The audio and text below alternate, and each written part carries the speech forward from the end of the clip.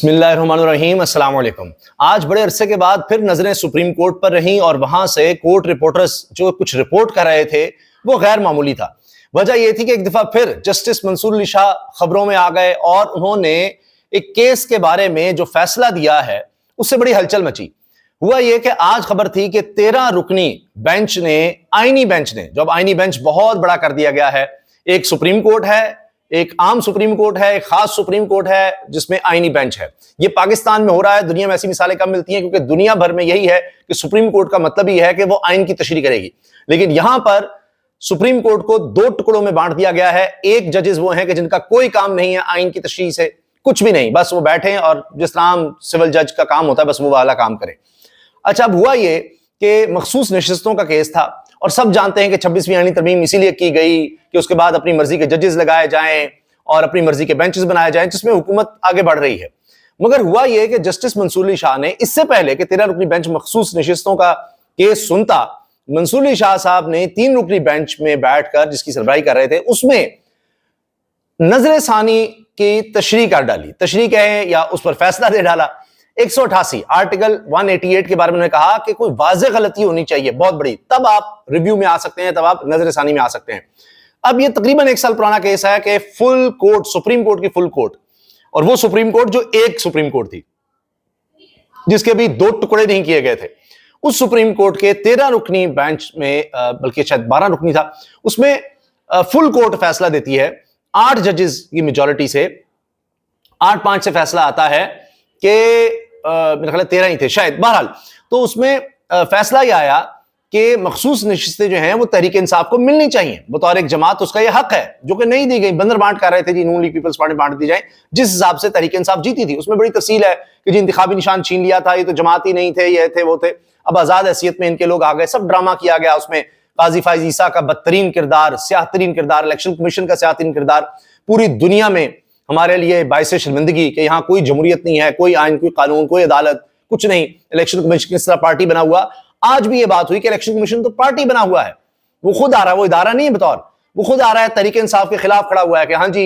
یہ تو ان کو سیٹیں ملنی ہی نہیں چاہیے۔ ان کا کیا لینا دینا ہے، وہ آ رہے ہیں بھائی، حکومت نے ایک غلطی کی اور خود سے وہ سیٹیں جو ہیں مانگ لی، تو اس پر الیکشن کمیشن کو تو نہیں آنا چاہیے۔ خیر، اب یہ کہ جی وہ فیصلہ آ گیا کہ تحریک انصاف کو ملنی چاہیے، اس فیصلے پر عمل درآمد ہی نہیں ہوا۔ اب پہلے تو منصور علی شاہ صاحب نے کہہ دیا کہ اگر کوئی نظر ثانی میں آتا ہے تو اس کے پاس کوئی واضح چیز ہونی چاہیے، کہ غلطی ایسی ہونی چاہیے۔ اب اس فیصلے میں غلطی تو کوئی بھی نہیں تھی، اور اب ہوا یہ کہ 13 رکنی بینچ بنایا گیا جس میں سے وہ 5 ججز ہی نکال دیے گئے۔ ریویو ہمیشہ یہ ہوتا ہے کہ انہی ججز کے پاس لگتا ہے جنہوں نے پہلے فیصلہ دیا تھا، ورنہ یہ رولز ہیں، ورنہ پھر عدالتی معاملہ بڑا پھیل جاتا ہے۔ 5 ججز کو نکال دیا گیا جن میں جسٹس منصور علی شاہ بھی تھے، اطہر منلہ بھی تھے، ان کے بغیر یہ 13 رکنی بینچ بنایا گیا ہے۔ نئے ججز جو بھرتی کیے گئے یا لائے گئے ہیں ان سمیت یہ کیا گیا، اور جس کی سربراہی کر رہے ہیں امین الدین خان صاحب، جنہوں نے آج جب یہ مخصوص نشستوں میں نظر ثانی کی درخواست کی سماعت ہوئی جس میں Noon league, peoples party, election commission کے بھی وکیل آئے ہیں جن کے پاس کوئی جواب نہیں تھا، حارث عظمت پیش ہوئے، کوئی جواب نہیں تھا، عائشہ ملک صاحبہ چھا گئیں، عقیل عباسی صاحب، حتیٰ کہ مندوخیل صاحب بھی بولے، انہوں نے کہا کہ یہ آپ فیصلہ کریں گے کہ کس فیصلے پر عمل ہونا ہی نہیں ہونا۔ 1 سال ہو گیا ہے اور فل کورٹ کے فیصلے پر عمل ہی نہیں ہو رہا کہ مخصوص نشستیں تحریک انصاف کو دی جائیں۔ پھر یہ پوچھا وکیل صاحب سے کہ جی کیا عمل درآمد ہوا ہے سپریم کورٹ کے فیصلے پر، عمل درآمد کریں تو اس کے بعد آئیں۔ وہ کہہ رہے ہیں کہ جی اس کا مجھے پتہ ہی نہیں، یعنی ایک وکیل کو اس بنیادی چیز کا ہی نہیں پتا، وہ سویا ہوا ہے 1 سال سے پچھلے، اس نے پتہ ہی نہیں کیا کہ مخصوص نشستیں تحریک انصاف کو ملی ہیں یا نہیں ملی، نہیں ملی تو کیوں نہیں ملی، کسی کو نہیں پتا، اور اس کو وکیل کو نہیں پتا، وہ آ کے جواب دے رہا ہے۔ یعنی یہاں سے آپ دیکھیے کتنی فل بے عزتی ہے، کتنی سبکی ہے، یہ سب کچھ ہو رہا ہے، نظام ایکسپوز ہو رہا ہے پوری طرح سے، سب کو پتہ لگ رہا ہے کیا ہو رہا ہے۔ اس کے اتنے نقصانات ہوتے ہیں، اتنے نقصانات ہونے ہیں کہ آنے والے دنوں میں یہ سب لوگ پچھتائیں گے۔ ظاہر ہے جب ملک ڈوبتا ہے، اس کی اخلاقیات ختم ہوتی ہے، اس کے ادارے کمزور ہوتے ہیں، گر جاتے ہیں، ڈان نے جس طرح لگایا تھا کہ ایک کے بعد ایک ستون گر چکا ہے، صرف ایک تھوڑا بہت ٹیڑھا میڑھا رہ گیا ہے، تو پھر سب پچھتاتے ہیں، لیکن پھر کوئی ایک دوسرے پر الزام کا نہیں دے گا، کیونکہ یہ سارے بیچ میں شامل ہوں گے اور بعد میں روئیں گے کہ جی اوہو یہ تو ہو گیا، فلاں ہو گیا، بس ٹھیک ہے گزر گیا۔ ہم اس لیے یہ دائروں کا سفر کریں، آگے نہیں بڑھ رہے۔ اب عائشہ ملک صاحبہ نے اور جسٹس عقیل عباسی صاحب نے درخواست ہی مسترد کر دی، یہ الیکشن کمیشن وغیرہ کی، کہ درخواست نہیں بنتی، ریویو بنتا ہی نہیں ہے، بلکہ یہ کہتے رہے کہ پہلے توہین عدالت کی کارروائی ہونی چاہیے، وہ اس کو سننا چاہیے، کیونکہ تحریک انصاف لے کر آئی ہوئی ہے، سلمان راجہ بھی تھے کہ پہلے توہین عدالت کی کارروائی کریں الیکشن کمیشن کے خلاف، انہوں نے 1 سال تقریباً ہونے کو آیا, عمل درآمد ہی نہیں کیا. تو ظاہر ہے کہ اب یہ آئینی بینچ ہے, حکومت کی مرضی سے بنا ہوا بینچ ہے, امین الدین خان صاحب اس کے چیف جسٹس ہیں, اس بینچ میں تو چیف وہی ہے نا جی, تو انہوں نے تو کوئی سوال بھی نہیں کیا, اور دیگر ججز بھی جو لائے گئے کسی نے کوئی سوال نہیں کیا. لیکن مندو خیل صاحب نے سوال کیا, ایک اور جج صاحب سے انہوں نے کچھ بات کہی, عائشہ ملک صاحب, عقیل عباسی صاحب جو ہیں وہ چھائے رہے, حتیٰ کہ وکیل نے یہ کہا کہ جی آپ تو مجھے سن نہیں رہی, میرا نقطہ تو سن لیں. انہوں نے کہا جی جو باتیں آپ کر رہے ہیں یہ ہو چکی ہیں, آپ بات بتائیں, قانون بتائیں کس کے تحت آپ آئے ہیں. اور جی یہ تو وہ جماعت سامنے نہیں آئی تھی, تحریک انصاف تو تھی نہیں, پارٹی نہیں تھی, یہ باتیں اس میں ہو چکی. تو لہٰذا انہوں نے کہا جی آپ کی تو یہ درخواست ہم ریجیکٹ کرتے ہیں. دو نے, عائشہ ملک صاحب, عقیل عباسی صاحب نے, اور وہ کہتے ہیں توہین عدالت کا پہلے دیکھنا چاہیے معاملہ. اب سلمان مراجہ کہتے ہیں 26ویں ترمیم کے بعد انصاف کی کوئی امید نہیں ہے مگر ہم لڑتے رہیں گے. اس پر میں نے خاص طور پر بات کرنی ہے. اب یہ دیکھیے منصور علی شاہ صاحب کے 3 رکنی بینچ کا کہنا, جس کی سربراہی وہ کہہ رہے تھے کہ واضح غلطی بتانا ہوگی, صرف یہ نہیں کہ جی میرے حق میں فیصلہ نہیں آیا لہٰذا اب میں تو نظر ثانی کروں گا. نہیں, سپریم کورٹ میں پہلی 56,000 کیسز لگے ہوئے ہیں, پینڈنگ ہیں, نیا نقطہ نہ ہو تو نظر ثانی کی درخواست نہیں آ سکتی. انہوں نے بھی بتا دیا, دیگر ججز ان کے ساتھ کچھ نظر آ رہے ہیں, ظاہر ہے 2 تو ان کے ساتھ بیٹھے ہوئے تھے 3 رکنی بینچ میں, عائشہ ملک صاحبہ, عقیل عباسی صاحب, یہ بھی ان کے ساتھ نظر آ رہے ہیں. تو ججز ان کے ساتھ کھڑے ہیں. انہی کو کمزور کرنے کے لیے, انہی کو اب سائیڈ لائن کرنے کے لیے اب 27ویں ترمیم کا سوچا جا رہا ہے کہ ابھی بھی شوق پورا نہیں ہو رہا, ایبسولوٹ پاور چاہیے جی, ابھی بھی کم نہیں ہے, لیکن اور یہ بھوک ختم نہیں ہوتی.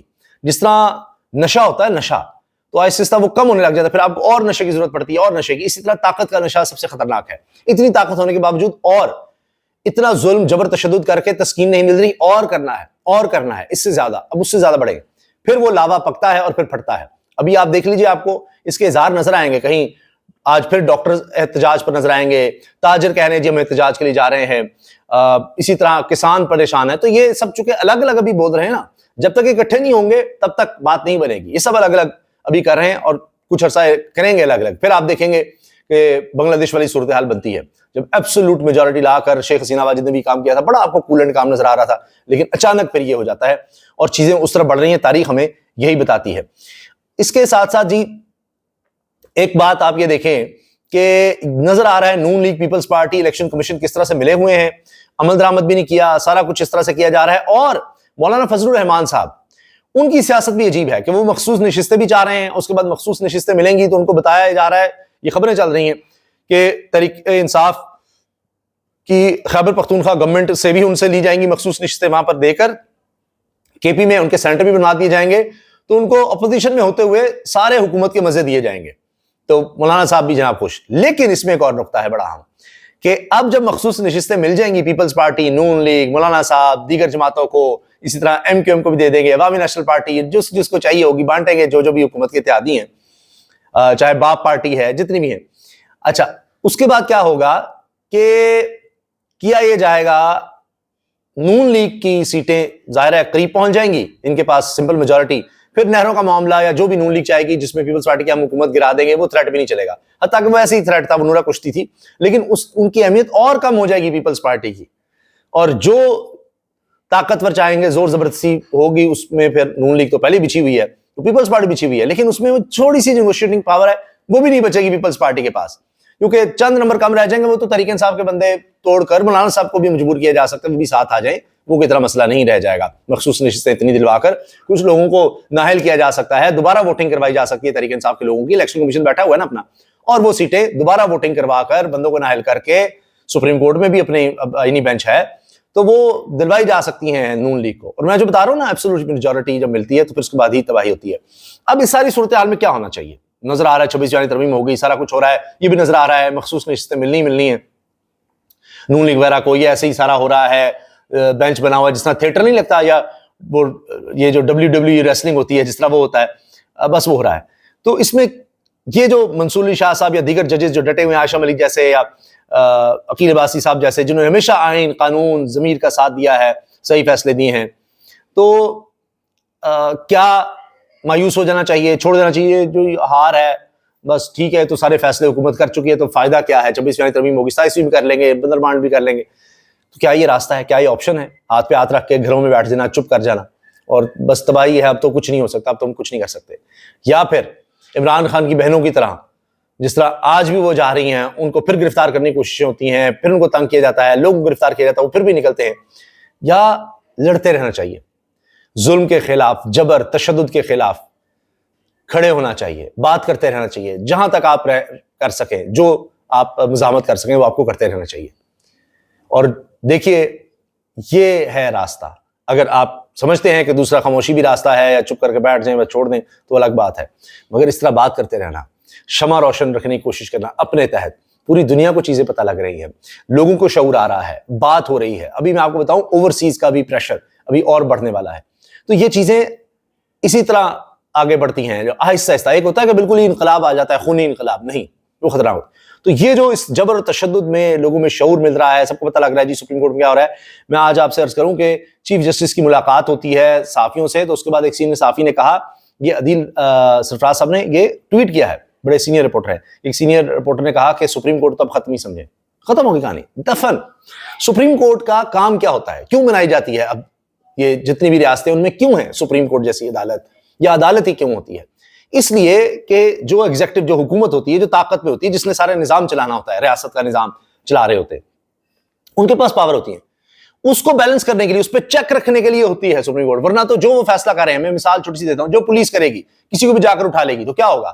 وہ تو حکومت کے ساتھ ہے نا، حکومت کا ایک ٹول ہے پولیس. تو اس کو کون روکے گا؟ اگر وہی حکومت کے کہنے پر ہی کر رہے ہیں تو کون روک سکتا ہے؟ کوئی بھی نہیں روک سکتا. اس کے پاس پاور ہے. دیگر ادارے بھی ہیں، وہ ختم کر سکتے ہیں. کسی کے ساتھ بھی زیادتی ہوتی ہے، کسی کو گھر سے نکال دیں، کسی کو دکان گرا دیں، حکومت میں آ کے آپ جو مرضی کرتے ہیں، فرعون بن جائیں، کون روکے گا آپ کو؟ کون روک سکتا ہے؟ سارے ادارے آپ کے پاس ہیں، آپ ان کی تنخواہیں دے رہے ہیں، آپ بیٹھ گئے ہوئے ہیں قبضہ کر کے. آپ کے پاس سارا محکمہ ہے، محکمہ خزانہ بھی، تنخواہیں ان کو آپ دیں گے، برات ان کو دیں گے، سارے ادارے آپ نے اپنے بندے لگا لیے ہوئے، تو کون روکے گا؟ عدالت تب ہوتی ہے کہ وہاں جا کر صرف ایک بیلنس کریٹ ہوتا ہے، وہ چیک ہوتا ہے کہ عام آدمی ادھر جا سکتا ہے، جو بنیادی انسانی حقوق کے لیے جا سکتا تھا، سو موٹو لے سکتے تھی سپریم کورٹ، یہ سب کچھ ہو سکتا تھا. انہوں نے آہستہ وہ سب چھین لیا، ختم کر دیا، سپریم کورٹ دفن کر دی. بس یہ ایک عام عدالت اب جس طرح ہوتا ہے کہ ہاں چلے جائیں جہاں.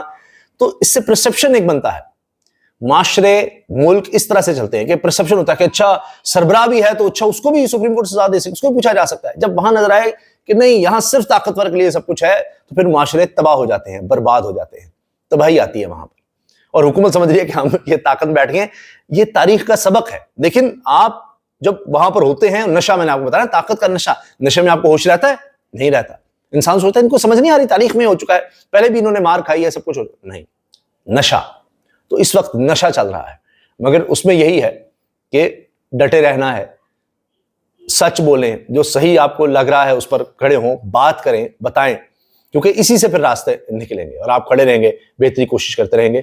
اور جتنا بھی اندھیرا ہو، جتنی بھی گہری رات ہو، صبح کبھی نہ کبھی تو ہوتی ہے. اللہ حافظ.